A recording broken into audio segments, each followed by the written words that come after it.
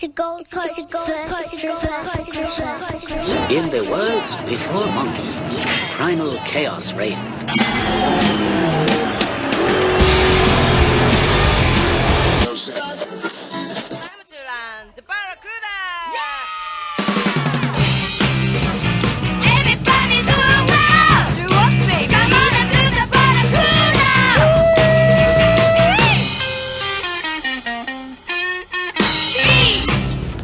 Hey, this podcast was brought to you by Koala. Karma, the chill out drink.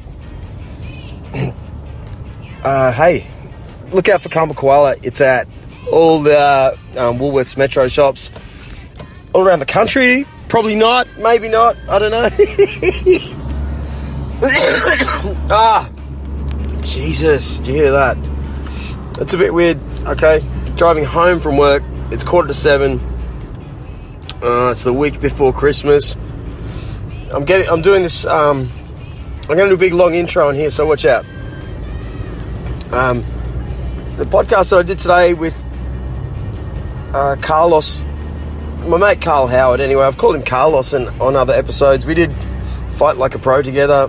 He's a great bloke. He last time we spoke, I couldn't believe it. It was a year ago when he just came back from Las Vegas. He went over and saw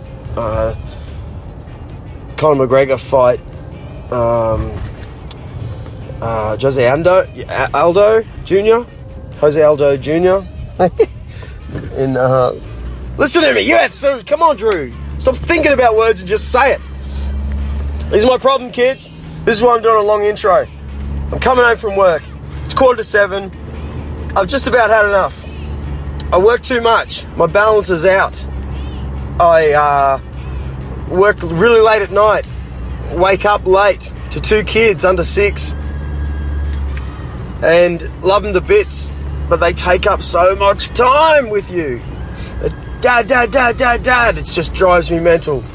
You know, love them to bits. But I've always known that me personally, I'm a bit of a different character. Well, I always craved to be a normal person, you know. I see lots of just normal people that know how to do normal life stuff, you know, and can take, like, we'll put it this way. I just did a sticker job on a guy's windows in Burleigh, and he is a lot younger than me. A great big truck, brand new boat. He hired me to put the stickers on his class. He had a great frame of mind. He had a lot of money or a lot of debt, one of the two, who knows. But you know what I mean? I couldn't even think about buying a boat right now, because how the hell would I even use it? When the hell would I use a boat?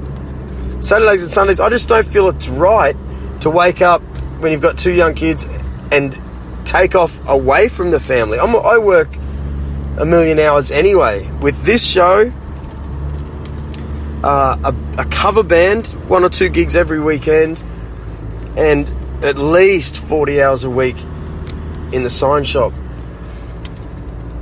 Okay, so how the hell do dudes go and play golf? I hate golf, by the way. I fucking hate golf so much. If you're a golfer, you're an arsehole. It's a fact. If you don't want to go surfing and want to go play golf and just walk around a bit of grass, hitting a ball into a hole whilst talking about footy and shit, I just do not understand you. Wearing those stupid clothes. You are nothing like me, I tell you right now. I know loads of golfers, and they tend to be very successful. So that's my problem. Massive problem right there. So what is success, eh? I spoke to a great friend from school today, Kazza Hopper. Are you there, Kazza?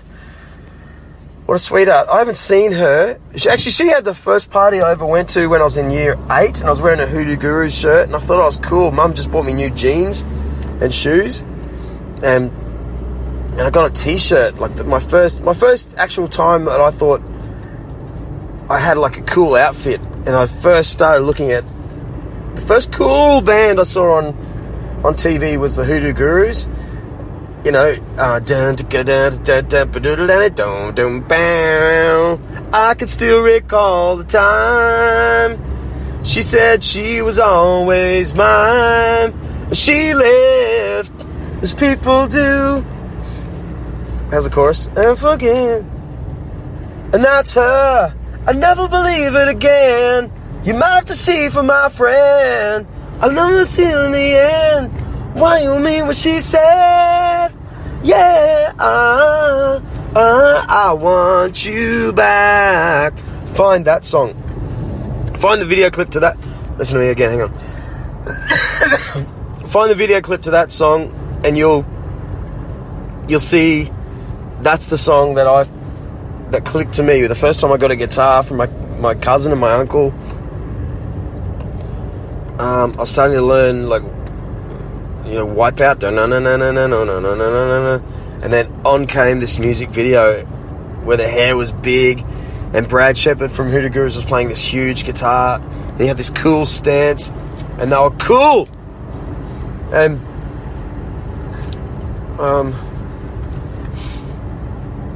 was I saying something?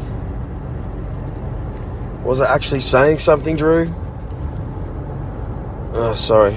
I just saw someone walk past on the street. I'm in the backwoods of Burleigh. I don't know why I'm talking like this again. Can you feel the... Oh, yeah! I was talking to Kazza Hopper today on the phone. She rang out of the blue. She needed something. Oh, wait a minute, guys. Wait a minute. If I don't turn this fucking airplane mode on, someone will call in. Okay, we're back.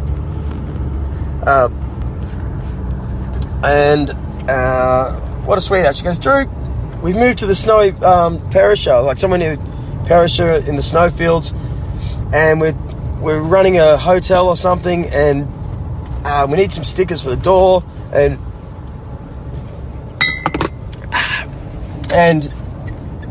I went, oh, that sounds so good. And she said this, and it felt really odd to me. She said, well, we knew it would inspire us, Drew. And you know what, Drew? You inspire me. You know, you're always doing something good. And it really sort of knocked me in the face. And I kind of went, oh, yeah? Really? And I realised, like, the game, what I do well on Facebook and all that sort of stuff is show all the good things that happen. And I guess there are lots of good things that happen, but it doesn't really show your own mental state, I think. It doesn't really show how much you're sort of getting upset with your kids because you can't come home tonight because you have to do something, and you're working over here late, and you know, so on the outside it looks like that guy's got a full life. But guess what? When I don't have a boat, I don't have any jet ski, my home life is shite. My problem is when I get home, I just stare at things. The kids like climb all over me. They love me to bits, and I love them to bits. But it's hard for me, a person like me, to flick a switch and just relax about everything else. I always feel like I should be doing something. Like my dad. My dad was the same. He's the same. And I was never one to just hang around. But you know, always working on something. He's had a sprint. He still has a sprint car team. He's had a sprint car team his whole life, which means you're not at home a lot.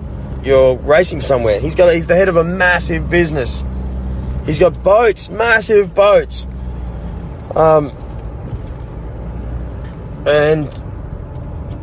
You know, but what you don't see is that he is never happy at home either. You know, constantly arguing with his wife, all that sort of stuff. My mum, and you know, my wife, we don't really argue, but it's the same. She knows the little that's inside. I can show you some people who talk to all their neighbours, huge friends, every other week they're out to dinner with things. My problem is I never get on the phone to people. I never get on the phone or say, hey man, you know, let's hang out. Let's just do something.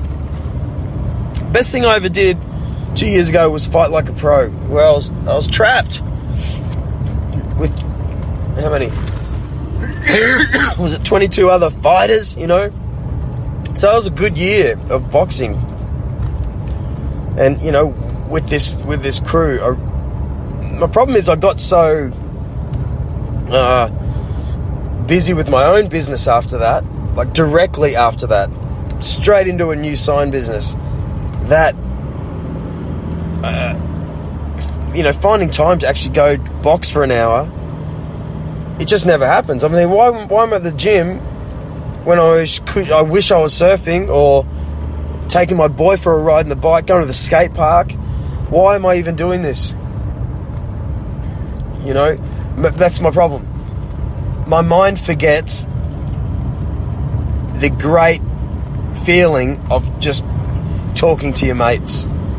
That's the problem, Drew. Right there. The feeling that you're in a tribe, that you're fighting together and just working out together and doing some stuff together is what it's all about.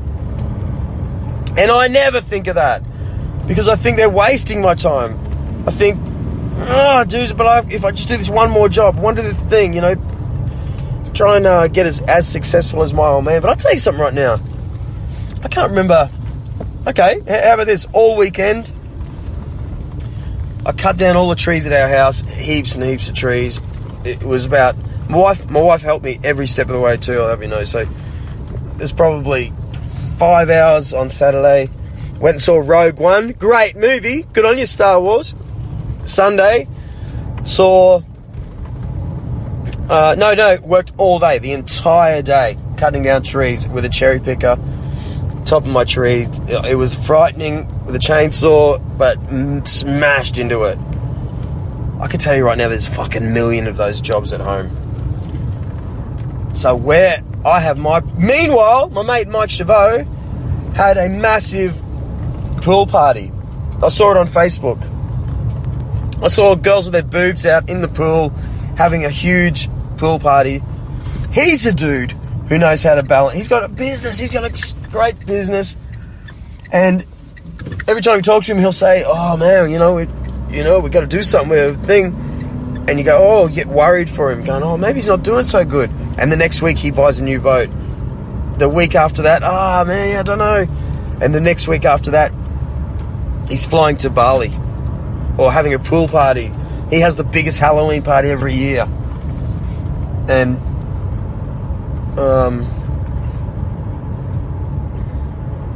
it's driving me fucking crazy. 2017. Hey, Merry Christmas. The reason I'm saying this, because now I struggle with the reason why I have this podcast show now. I don't actually struggle. I know I need it. I really love these people. I really need it. And I love talking to them. I get such a boost.